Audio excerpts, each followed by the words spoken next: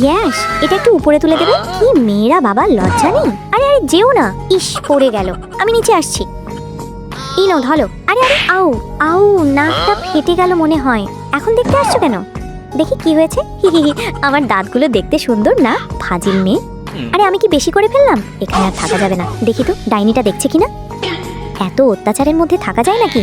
ভালো ভালো এখান থেকে পালাতে পারলেই হলো। চলেন। কোথায় যাবেন স্যার?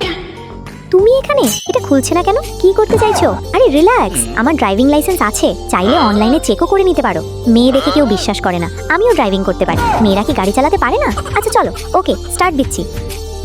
নামো। এখানে কেন? কারণ আমার অনেক খিদে পেয়েছে। এখানে একটা মজার রেস্টুরেন্ট আছে। তুমি যাও, আমার খিদে পাইনি। যাবে না মানে? গাড়িতে বসে বসে কি করবে? চলো তো, চল চল আসো। নাও এগুলো টেস্ট করে দেখো। আমার খিদে নেই। আরে খাও তো। খাবারগুলো কেমন?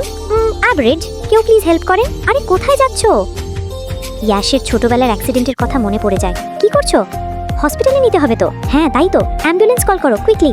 তো কোথায় বাসা পেয়েছো জানো? চলো দিয়ে আসছি। আমি ঠিক দেখছি তো? এক মিনিট, এক্ষুনি আসছি। দেখি তো ছবি তোলে, এটা আসলেই তুমি নাকি ভূত? আরে এটা তো সত্যি।